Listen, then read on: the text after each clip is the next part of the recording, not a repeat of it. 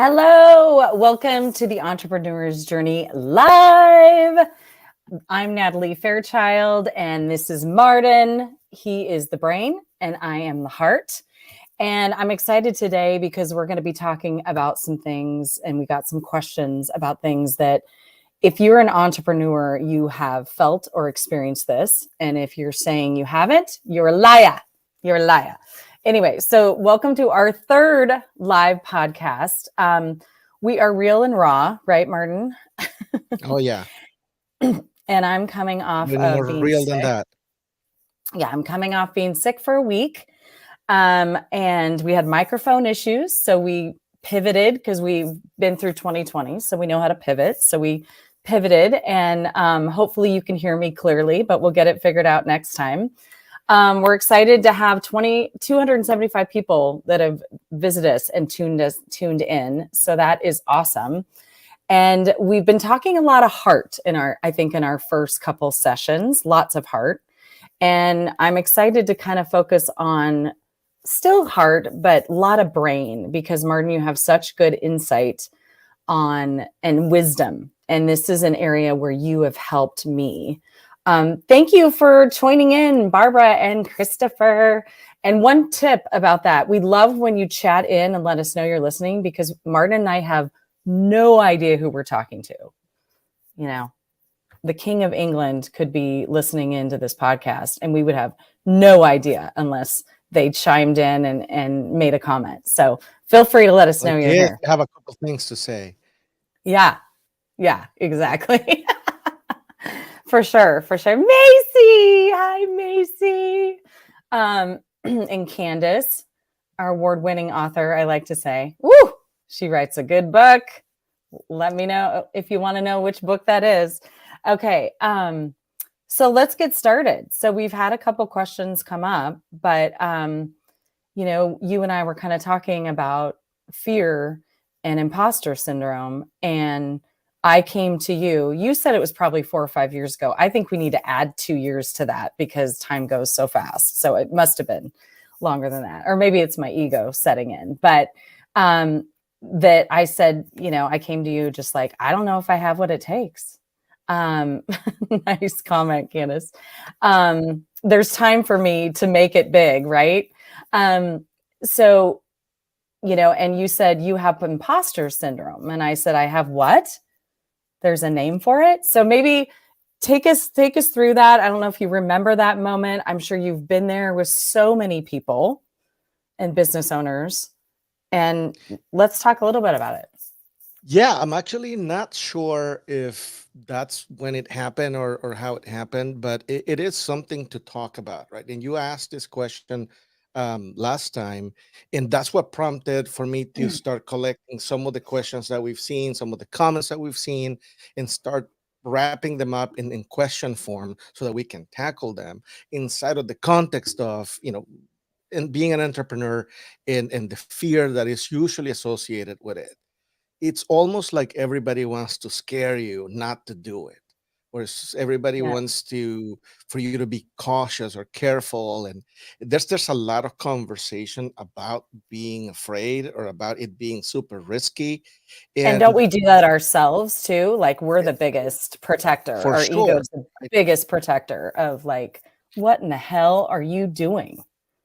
And that's kind of what's behind it, right? It's a mechanism of protection. You don't feel fear in situations that don't require some level of protection, and your Right. body reacts a certain way and your brain reacts a certain way to conversations that are about fear. If you really think about that, right, like you're about to cross a busy street or you're about to speak in public, the physical sensations are the same. And that's Mhm. kind of the point, right? The point is your brain can't differentiate from one fear over the other necessarily, and you certainly Yeah. can't, right? So Yeah. you basically act accordingly.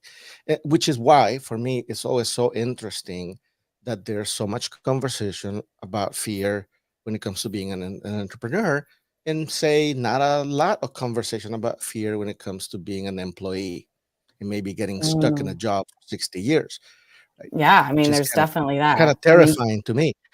Yeah. I mean, fear. revolves around all of us in all of our lives. So you decide to be an entrepreneur, and it just adds another layer of fear Yep. or protection. I mean, you talked about when you're speaking, I'm having a little bit of that right now, just kicking this off. I feel like I've been off the earth for 2 weeks, and I'm like, oh, okay. What's the name of our podcast? So yeah, it's definitely there. It's definitely real.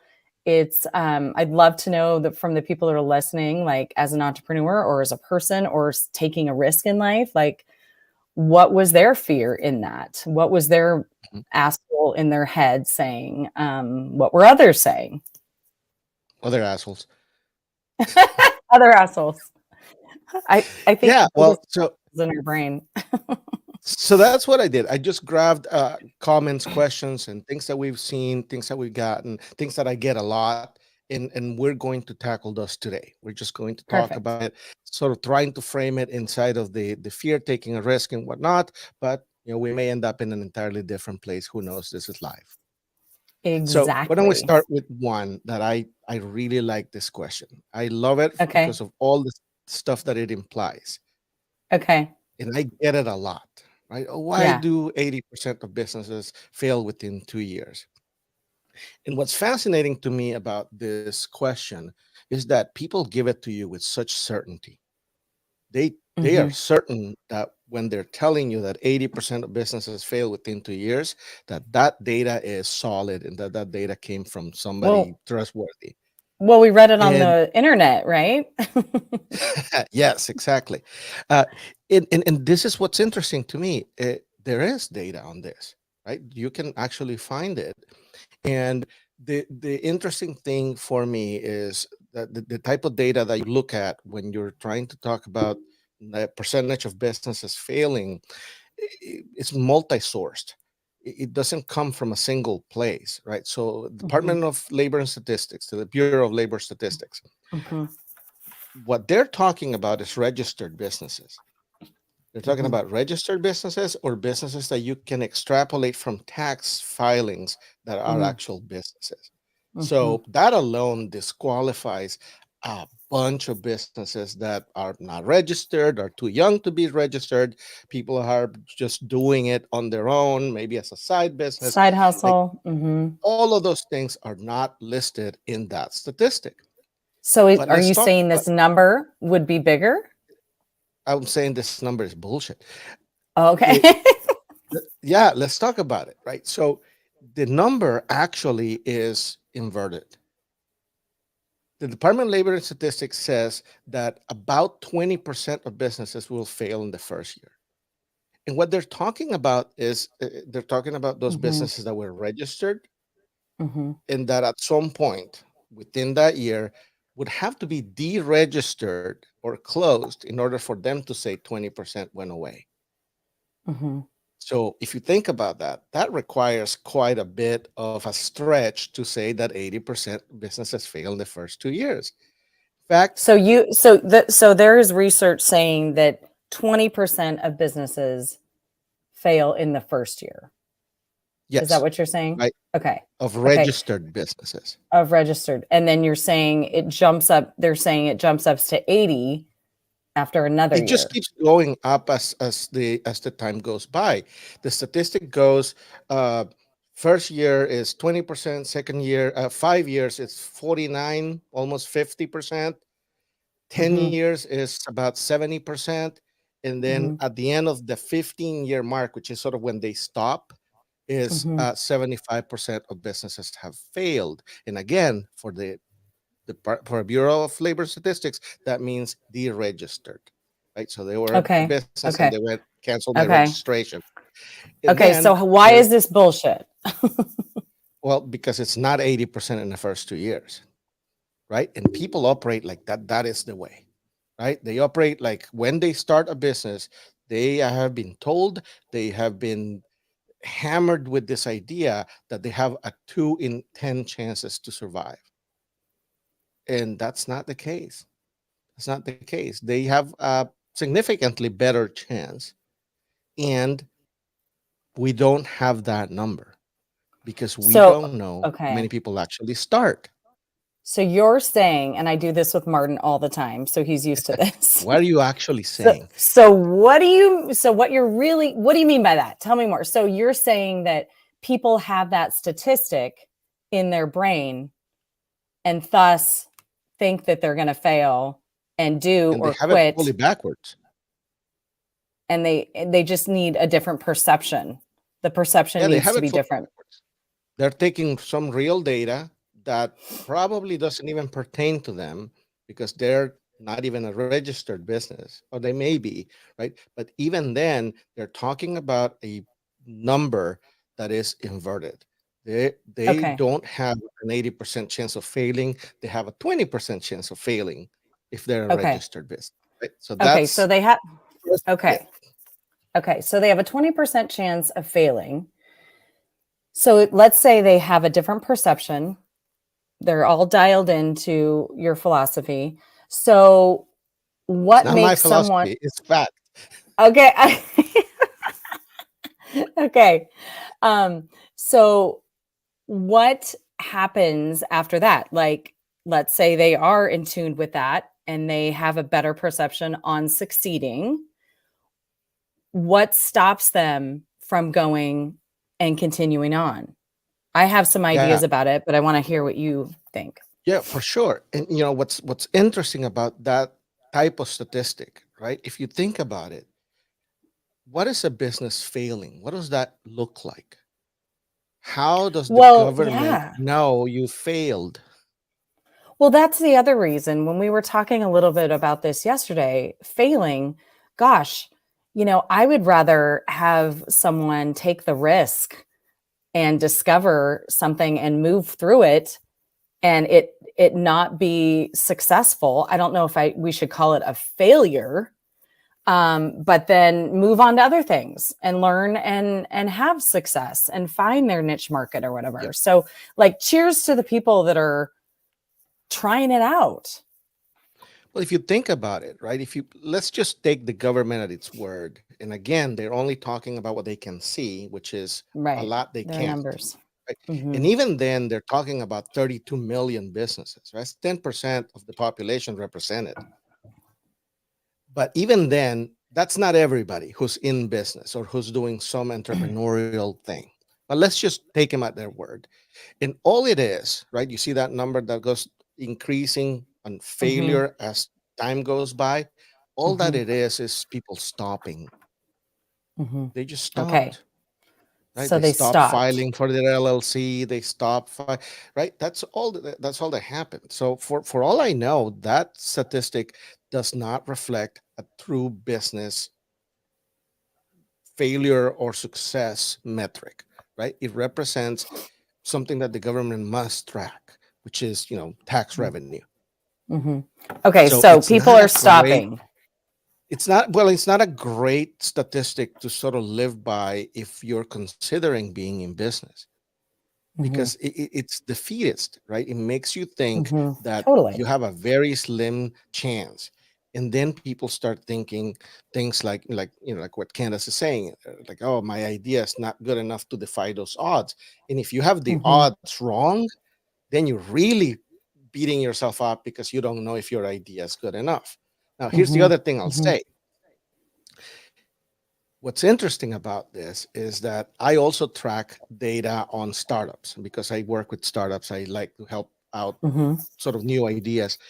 And what's interesting about this is that about 90% of what's called disruptive startups fail. Mhm. Mhm. And for me, that's fascinating because you basically have the two extremes, right? You have people who, I don't know, they want to make t-shirts with doggy pictures, and then you have somebody who wants to invent the next AI product, right? They're just very different individuals. This one Mhm. here probably just going to figure out, how to do it in a sort of economic way and that they can scale as time goes by. They're going to like grow organically, sort of layer it up and keep getting bigger and probably make a nice little side living off of it. Maybe even one day make the jump into something bigger. Kind of cool. But this other one, right, that has been watching too much Shark Tank and that thinks that all there is becoming the next billionaire, their chances of failing are actually significantly higher because most of their ideas, if you're hell bent on making something that is going to be disruptive or that you want to be the next, I'm trying to think of a non-asshole billionaire and I can't. Um, but if you wanted to try to take the next billionaire, it's not going to, your chances of that happening are kind of slim, right? Those Mhm. companies, the ones that make it to $1 billion valuation within a Mhm. first year, are called unicorns, and Yeah. 99.99% of those fail. Mhm. Even then, even Yeah. after being unicorns, So why do you right? think? So Is it because they're focusing on the wrong things? yeah, well, for sure, they're focusing on being so different that is ridiculous, right? They're focusing on breaking the norm of an industry or like completely coming up with an entirely new product or service, and Mhm. that's very hard. Instead Mhm. of building up something that can scale because it's a good service, or something Mhm. that can scale Mhm. because it's needed. Mhm. That's the Mhm. logic, right? If you can Yeah. create Yeah. something that is needed, you're in it, So let's circle even if back there's a bunch to of other people doing it. right. Exactly. Exactly. I mean, there's so many different people and Like Beyonce yeah. might be a non-asshole billionaire. Might be. Easy. Might.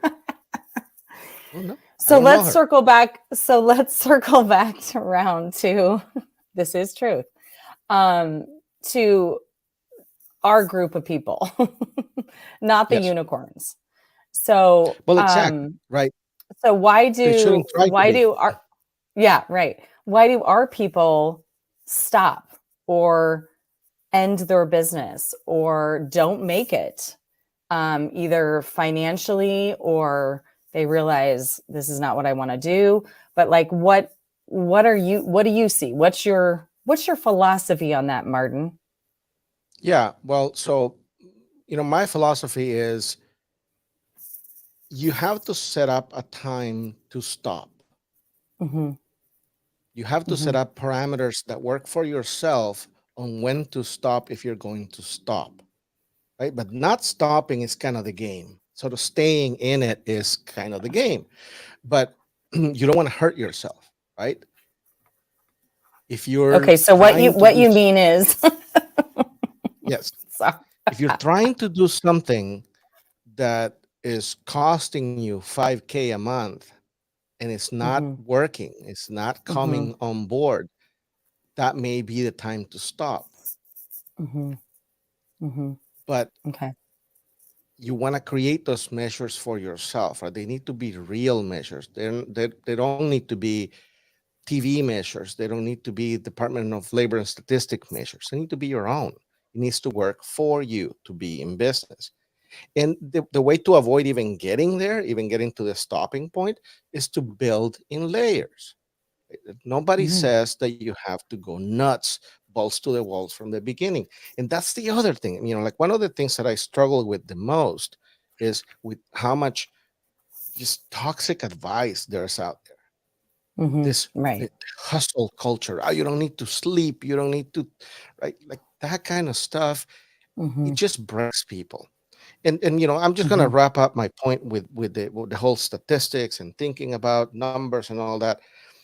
I always, whenever somebody throws a number at me, whatever that is, for whatever topic we're discussing, I always think, well, who benefits from me thinking that way? Hmm. If Hmm. you think That's a good about it, one. right? Hmm. If you think about it, everybody's like, oh, being an entrepreneur is just so dangerous and so risky and 80% fail. Like, who benefits from that narrative? Who Yeah. benefits from all of us not wanting to try? Because Yeah. that's what it's creating, right? It's creating a group of people who won't try, even though they may be talented enough, they may definitely are good enough to do it, Yeah. but Yeah. they won't try. That's the true failure there. You Well, can measure anything. And people have said to me, I think I've said this before, wow, you took a risk, like that's amazing, yada, yada. And I'm like, well, yeah, I did, but our back was against the wall. And so sometimes we don't make big changes or take big risks unless it's too painful not to take the Yep. risk. And I'd love Yep. to see us more taking that risk because we know in our heart we need to do this. And I have taken risks in that way. And, it's been good. But this particular one of starting Pacific Perks was because my back was against the wall and something had to change. So, Yep. yeah, Well, yeah, but for sure. so can we talk about that for a second? Yeah. What would you say was the your perception going in? Okay, so your back's against the wall. There's a situation that you need to tackle. Hmm. But going in, how did you feel about your chances? What did you think your chances were? What do you think your odds were? You know what? To be honest, I was so hyper focused on moving back to the Pacific Northwest where my family is. And I was so hyper focused on finding what we were going to do to make it happen. I didn't even know how to say espresso correctly. And my sister had to correct me Right. several times. I don't drink coffee. Some of you know that. Um, I was so hyper focused on this is our gift and our everything. All my energy went into it a little unhealthily. Um, that I guess there was some fear, but I was so hyper focused on getting it up and going that failure wasn't an option. But there were Yeah, times but were you for worried sure. about the were you worried about the statistics from the Bureau of Labor and Statistics?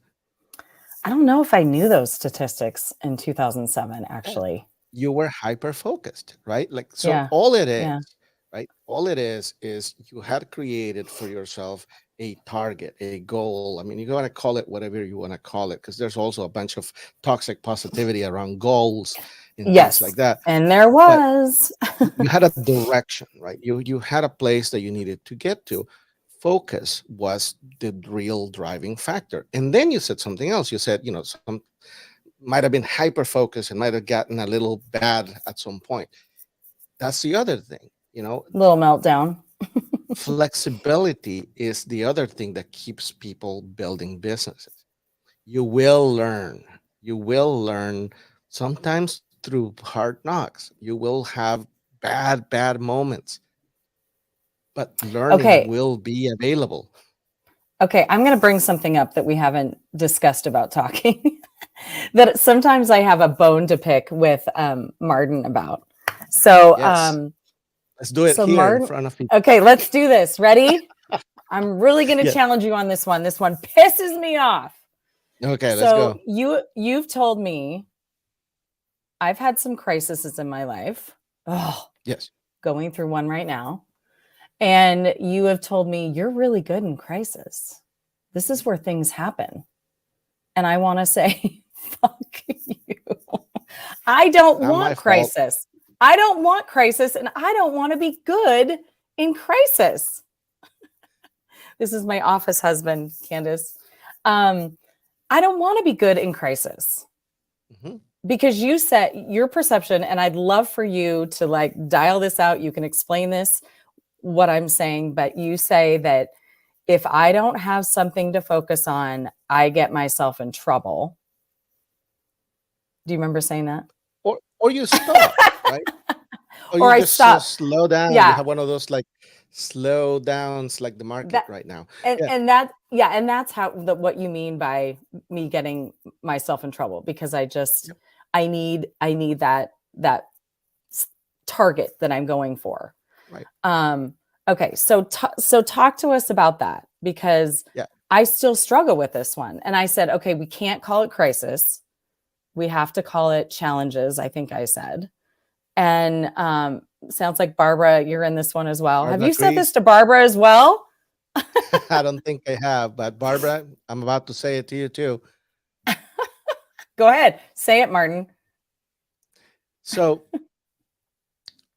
look, people are good at different things, right? You just happen to be one of those people that when a crisis shows up, you hyper focus and you get shit done. That is hardly a bad thing, Okay, right? but It's like uh, the alternative would be to be bad in crisis, right? Which is, where uh, some people get paralyzed. could I lose weight in Now, crisis? Because I'd love that. well, if you make it a crisis for yourself, But okay, so how do we process this? And it sounds like Barbara's along these lines. Like, how can we process this and make this a good thing? Because it's like, oh, yay, I'm having a crisis. Okay, awesome. I should be selling my first franchise in Q2 because I'm in crisis mode. Like, how do I not be in crisis mode and still be productive? yes.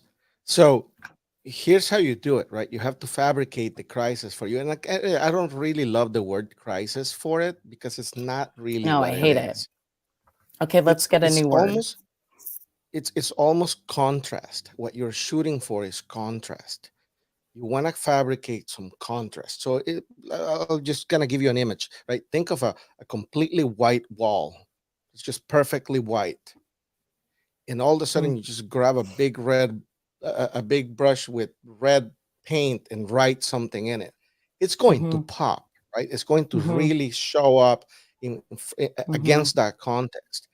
That's what happens to people usually. You just get lost in the context of something. It's just everything mm-hmm, gets just sort of like, it's the mm-hmm. same day after day after day, which is, by the way, Yeah. the experience of being on a job. But right,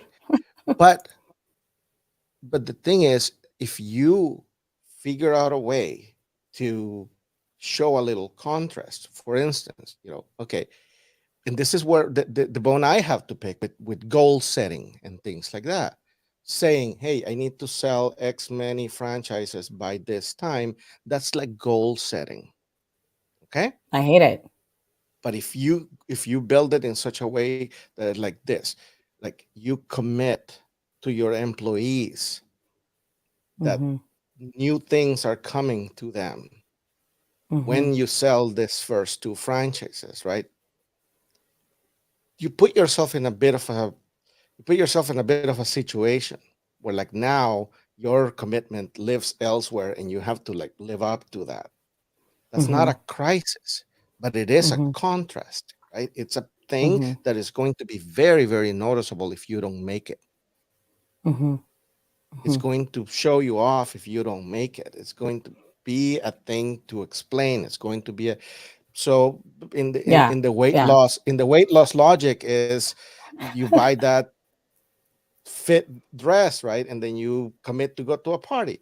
Like that's the sort of logic that you Never want to worked for try to me. use.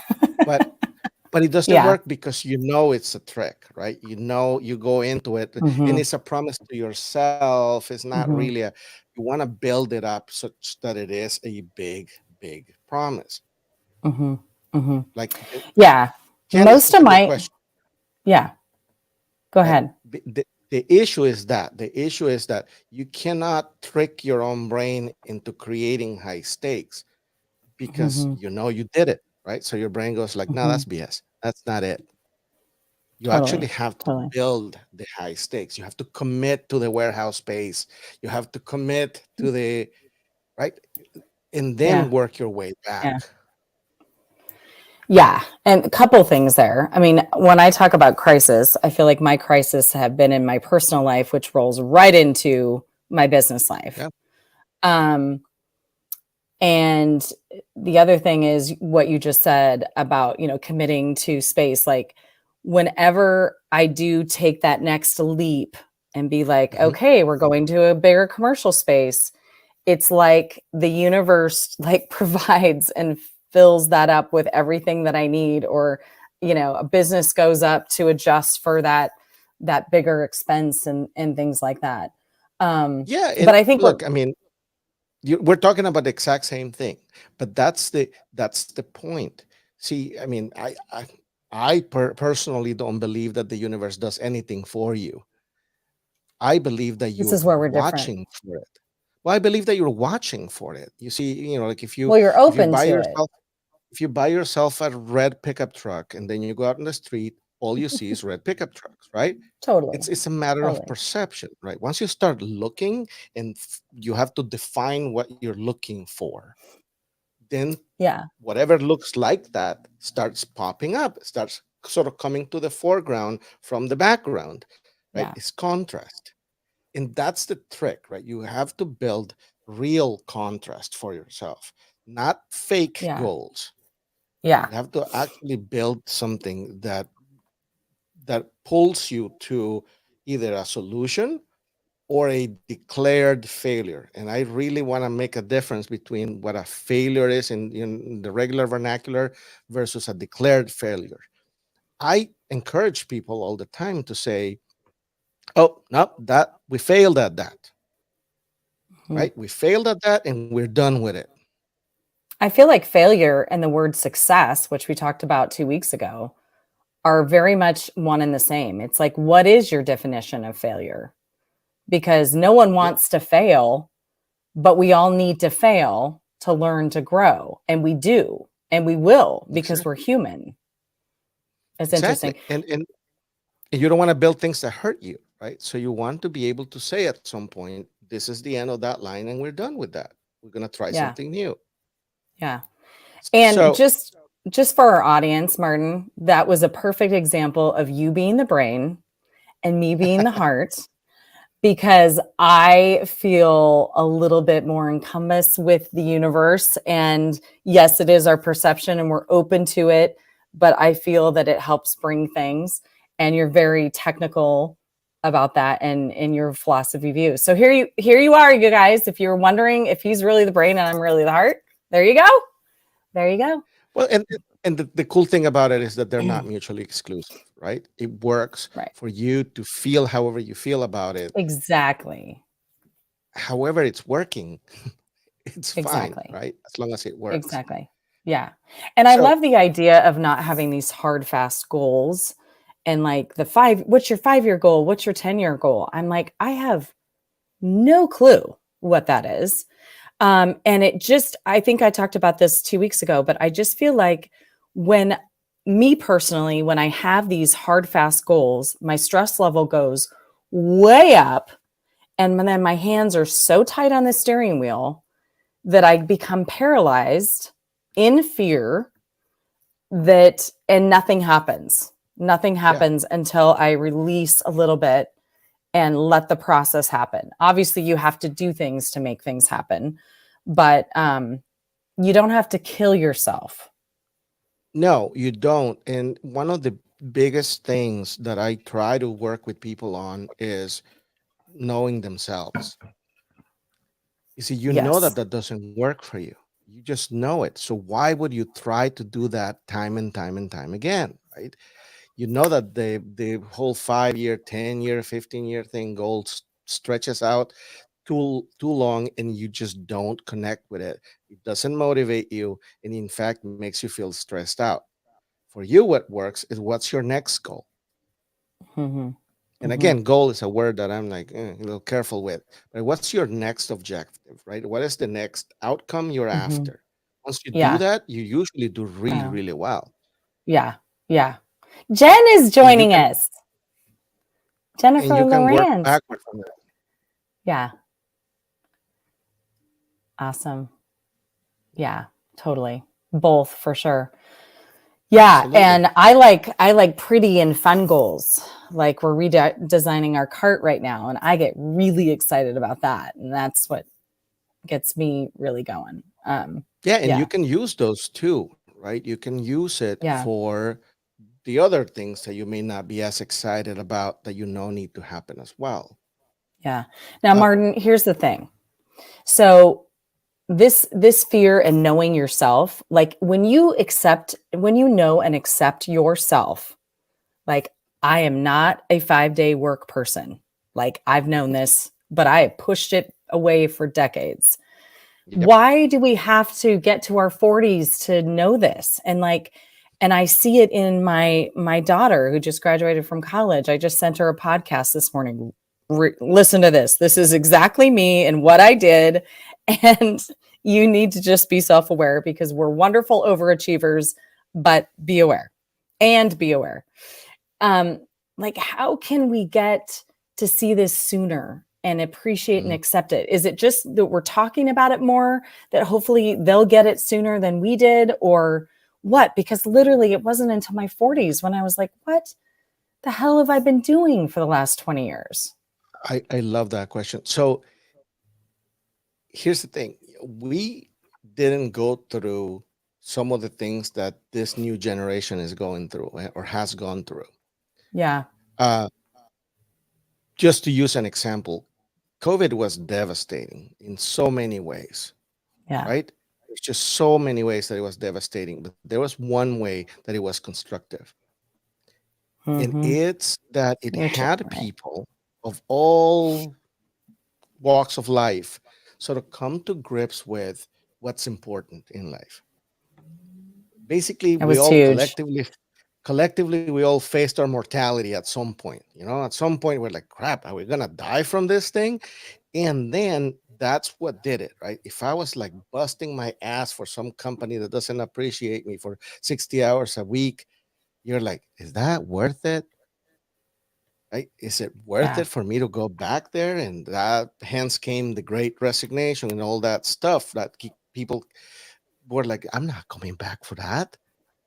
I don't want to work more And than 3 days a week. I don't want like, and there was like yeah. this sort of revamping of the relationship people had with what they do for a living. And I think also, besides the mortality, I think also it was how many times in your life you said, I just want the world to stop for a week Mhm. or two. And Well, it did. Right? we got We it. got that experience. Yes. And it slowed down and we started to breathe in some ways and see what life was like at that Yep. pace. And oh my gosh. Yeah, go Now ahead. that Sorry. being said, no, but it's fine. But that being said, right? If we ever figured out a way to transfer wisdom from old people into young people, I will bottle that shit up and then become a billionaire. But Totally. it's hard, right? The part of the journey is learning. Hmm. And one of the things I tell people all the time is like you cannot learn without doing. Hmm. You Hmm. can't do research for the rest of your life, right? You're Hmm. like, I really need Hmm. to know all the ins and out of this business I want to start. That's never going to be a thing. Hmm. You're Good, never because going I to hate be okay. research. Okay, I'm done. Now I know everything. Now I'm gonna go be successful. That's Yeah. never gonna Yeah. work that way. You literally Yeah. are going to start and not be it, and have to pivot and have to change and have to continually do that. So the only way Yeah. you can get that education is by doing the things, making the mistakes, and pivoting, right? Sort of changing Yeah. directions, being flexible. Flexibility for me is probably the biggest trait in a business owner. They Yeah. For need to sure. be flexible. They need to be nimble. They need to be able to say, that's Mm. bad data. We need new direction and be okay Hmm. with that. Hmm. They also need to be able to say, I fucked up. Hey Yeah. guys, Yeah. team, I screwed up, Yeah. right? I took us Yeah. down the wrong side of the river for this one, and I Yeah. need you all to help me get out. You know And what I people do when I hate fuck up? let's hear it. I laugh at myself. I literally, if someone's like, "Okay, Nat, you did this," and it's yeah, it's usually really stupid stuff, and I just laugh hysterically, like, "Oh my god, you got me!" But yes, on the big stuff too. It's like people in my life have like, "You need to change this. You need to use gas for your cooking, whatever," and I couldn't conceptualize it, and they were so right, and it was like I'm fine. I finally got there. So yeah, for sure. So we have a question from Yeah. Chris, and I want you to tackle it. You want me to? Okay. Yeah, Chris says, I'm afraid of rejection and walking up to strangers to talk about myself seems scary. So, are we talking about networking or just in general? Do you think, Martin? networking, promoting himself, being as Okay. a uh, And the thing is, you are great at this. Okay, You have so mastered that thing. So I want you to talk okay. about it. Okay, so Christopher, the first thing you do is you introduce yourself and ask them about themselves. People love to talk about themselves, and you listen and you ask engaging questions. And then guess what's going to happen? They're going to ask you about you. And that's when you get to talk. And you've already created a connection. Um, and I would say it's muscle memory. It's a muscle you need to exercise, and be if it's something that you're passionate about, talk about it in the ways that you're passionate about it, not in the ways that you think the world wants to see it. Um, I'm not in the coffee business because I love coffee. I'm in the business because I needed balance of life. I love the event industry. I love making things simple and special for people. You love People give were people an experience, right? and giving people an experience. Exactly. People have told me, don't tell people that. Don't tell people that you don't drink coffee. Well, sorry, the cat's out of the bag. So, what is passion? What makes it exciting for you? And talk about that, and your eyes will light up, and they will connect with you on that. And then with that connection, people want to help you. People want to help you succeed. If they like you, they want to help you. But keep practicing it and be proud of yourself. And this is going to sound a little woohoo. Martin's going to be like, okay, Chris, don't do that one. Um, but I am really a proponent of retraining our brain and reminding ourselves and reminding our ego that who we are is good and what we've done that day is good. So I try and do a simple few things. So people talk about journaling. Don't journal about how shitty your dad is or your mom or whatever. You want to Is that journal. true? um, you want to journal about three things at least you're grateful for that day and what you overcame that day. Like, you know, I was just writing in mine. I overcame that I was getting really tired, but I had a call with Martin at 4:30 and I had to think of things and come up with things. And I overcame that.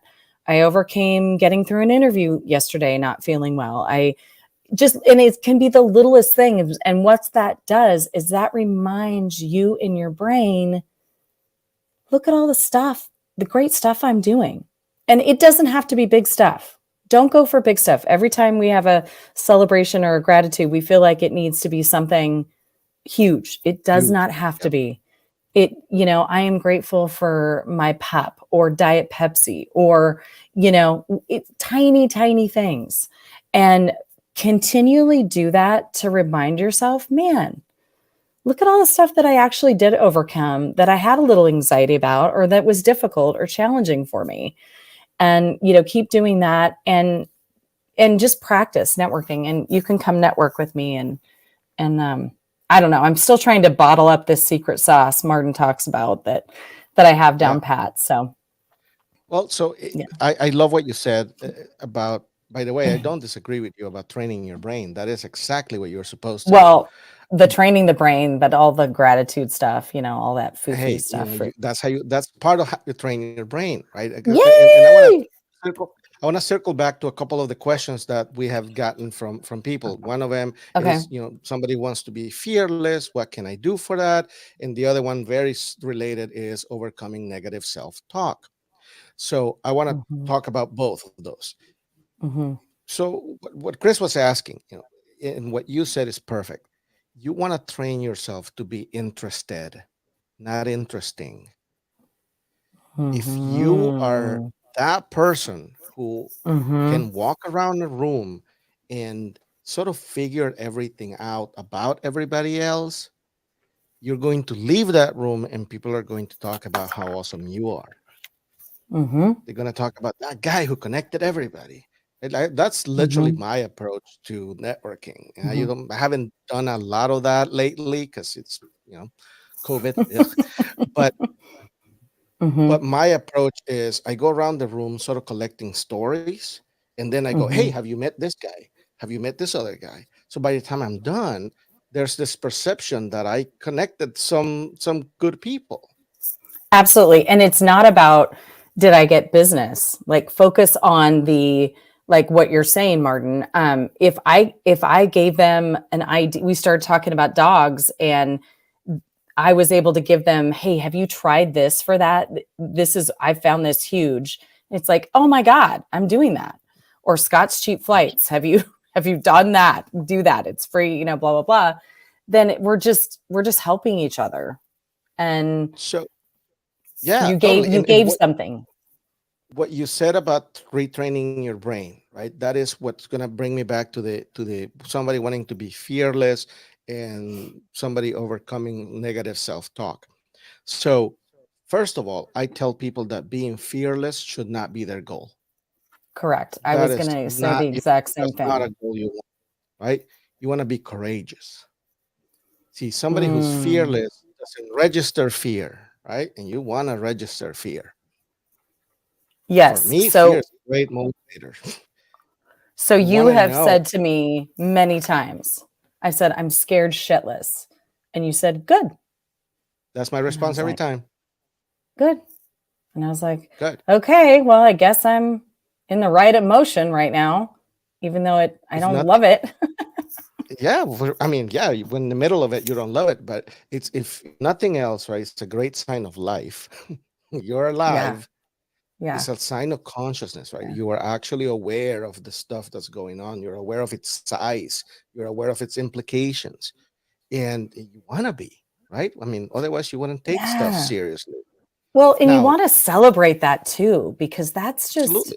you're taking on different opportunities and you're open to different things. Like, I've been asked to MC the HR conference for the Seattle chapter in September, and I'm scared to I know death. that scares you. But I know I had to say yes, and I'm so excited. But Mhm. everyone's like, "Aren't you scared to death?" I'm like, "Oh yeah, but there's time for that." I'll start thinking about that in August. Well, and it gives you a sense of the importance of the thing, right? Yeah. Now, to take an action in the face of fear, that is the literal definition of courage, right? So I encourage people Mm, to be courageous about business instead of fearless, right? You definitely don't want to kill your instinct around being afraid for stuff, right? If it's important, it should scare you a little bit. okay, so how And do you you should take an know? action. Say that again. Yeah, Sorry. you should take an action anyway. Okay. So, how do you know when your fear is in a not so good space and you shouldn't take an action? Am I, Say does that make say sense? that Like, again. so when you're such in a fear space that taking an action might not be the right thing, or is there ever a space when you shouldn't be taking an action in fear? That's a great question. So I'm gonna say something controversial. For Here me, he goes. the wrong action sometimes is better than no action. Well, that's not controversial. I think that's Hey, some people pretty buck at sound. that. But you want to take an action, something, right? Even if it's a small approximation to the big thing that you're scared about, you want to take a little action forward just to see how it goes. See if there's an adaptation you need to make. See that there's a new Mm, direction. See if you were completely wrong about the perception of mhm, the greatness of the thing you're trying to do. Because mhm, you may be wrong, mhm, right? Which I'll mhm, circle back to self talk. Uh, mhm, but that's what happens if you don't take any action. You literally sit there and fester in the fear, mhm. right? And That's true. that's not going to get you That's true. anywhere. That's true. Yeah. Barb has a great question or comment. And I think before we go to that, I think we could talk a lot about um, who's talking, your head or your heart. And I come from a heart perspective on this, and you come from a very brain perspective on this. So maybe someday we'll talk a little bit about that, because it's We really can getting talk in about it tune. today. Okay. Okay. Okay. We can talk But about it. But are you yeah, ready for so the? Okay. But So what let's Barbara's take, saying that, yeah, let's talk yeah, about this is Barbara here. good. This is So what good. So I Barbara's can, saying is that, she can like get the project, but yeah. then getting it done makes her afraid of what the client will say. And Mm-hmm. that's Mm-hmm. totally fine. It basically talks Mm-hmm. about how you are probably Important. comfortable talking about, the who you are as a whatever it is that you're delivering. Mm-hmm. But then once it's actually time to deliver the thing, the importance of the thing grows. And that's not going to go away. And you probably don't want it to go away. Now, what you Ah. want to go away is the stalling, right? You just don't want to keep stalling. You want to take small actions, right? So if you really are concerned if Mm-hmm. a client is not going to like the end product of something, show him a sample or show him a Mm-hmm. progress report, right? Like just get in front of Mm-hmm. him and be like, is this the direction we want to go? Is this the type of thing we want to talk Mm-hmm. about? And that would be a good moment to say, you know, yes or no. I Mm-hmm. think she's saying she's seamstress tailoring skills. With, For sure, you yeah. can definitely show progress reports. You can Mm-hmm. show, hey, this is the direction, this is how it's going, right? And Mm-hmm. keep somebody informed. That would also help with your Mm-hmm. concern, because we Though, also make up a bunch of shit about what people may be wanting or maybe thinking or maybe, oh and God. half the time it'll be like, no, no, I wasn't worried. Oh yeah, for sure. The story I'm telling myself is, so I kind of feel like that's something that Barbara could work on though, because you don't want it to be, because I can relate it to when I was doing some design work because I thought that I needed to take that risk. And it was like an emotional roller coaster for me. Like, Right. okay. And then, trying to come back and pull everything together. And I was so anxious. And then I presented, and then they would love it. And I'd be on this high, and then I'd go back down, and and so if you're having that, I definitely say try and avoid that. I will say that our stuff is always our stuff. So if we tend to be like that, it's going to be there. But I think we can learn different tactics to move to manage it, so that Sure. where before it was a 7 every time, it's now like a 4. Or, and that's by, I think what you're saying is taking those little actions and kind of having a process for yourself and just keep moving it. And I think that that will subside some of that. But the longer we put things off, as we all know, the Totally. huger And it gets. the tactic is take an action, right? Instead Taking of just action. sort of Mm-hmm. sitting Mm-hmm. with the fear that the client may not like something, the Mm-hmm. tactic is take an action. And here's the other Mm-hmm. one. Start measuring stuff. Start measuring Mm-hmm. satisfaction. I ask him at the Mm-hmm. end, right? What do you give me out of 10? And just sort of go with that. And Mm-hmm. the more eight nice and tens you get, the more be like, huh, I mean, I guess I was afraid for no real reason. And And then you want don't to do start. like the car dealership, give give me a rating. And if it's nothing less than a 10, we'll get slammed by our company. So just make I'll sure it's get a 10. fired. Yeah. Yeah, exactly. What a scam. Exactly. Yeah. No, but that's the thing, and if you start getting six, sevens, and fives, you gotta be like, okay, what Hmm. can I improve? Like it's Hmm. all about sort of like immersing yourself in the conversation, and Hmm. it's scary, and it probably Hmm. never stop. So, but I want to talk a little Yeah. bit about self-talk. Okay. Yes. We could talk about this every single time. So this is something a lot of people struggle with. I struggle with it. Everybody who is up to anything even remotely important will struggle with this. Okay, because again, your brain has a function. Your brain's function is to keep you alive, to keep you Hmm. safe. So if you're taking a risk, what do you think your brain's going to say? Go Oh, for no, no, it. you You can don't. do it. Exactly. It's going to be like, no, maybe you're not cut out for this. Maybe that's not who you are. Maybe you don't have the right talent. And sometimes it'll be a lot more aggressive than that. You're useless. That that is way outside your expertise. You will fail. You will like, and I want you to think about all of those statements, right, that are made. The first thing I'll say about it is, would you tell any of that to another person? Or Would your you or your say child. would you say any of that to another person, no less your child? It's some mean stuff coming out of your brain, right? It's pretty mean. And the higher up you get and the more educated you get in it, the meaner and the more clever and the more cunning he becomes, because he has to like sort of navigate the barriers of all the stuff that you've learned. So he will always try. That's never going to go away. It's instinctive. It's part of our development. It's part of our Mhm. evolution. He will Mhm. always try to stop you. Now, I want you to also think about all the other shit that it says throughout the day. Most of it you either dismiss as BS, or you know it's factual because it's something you know, right? Give But me an you have no example. problem, water's wet, factual, right? So you have no problem distinguishing between what's fact and what's BS, right? Right. Except when it comes to you. For some reason, when it comes to you, you take all of those things as if they're gospel.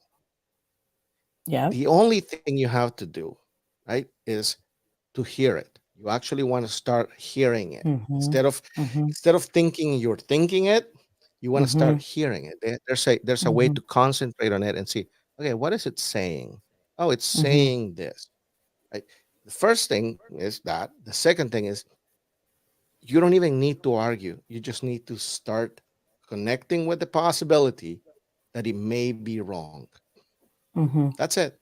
It's just a Mhm. very basic layer. It may be wrong. Mhm. It Or may you could be. just say, "Not today, Satan." Yeah, by the time you get there, it'll come up with better stuff to say. But yes, like you want to start just allowing for the possibility Yeah. that that shit is Yeah. not fact. Yeah. Yeah. So, yeah. Candace has a really great question here. Where can she send questions to our next AMA? You can actually post questions on all of our platforms, wherever you're watching. You can leave your questions right there in the comments right now after we're done. If you rewatch, and we will get to all of those. We're collecting them. We're Yeah. having them all in there. We only covered about 3 or 4 today, and we need to start wrapping up. But we really want to thank you for being with us. Yes. It was And good to see this a few new people commenting and joining in the conversation. And our for next sure. one is June 2nd, if you can believe that. We're going into June, 9 a.m. Pacific time. Happy Friday, everyone.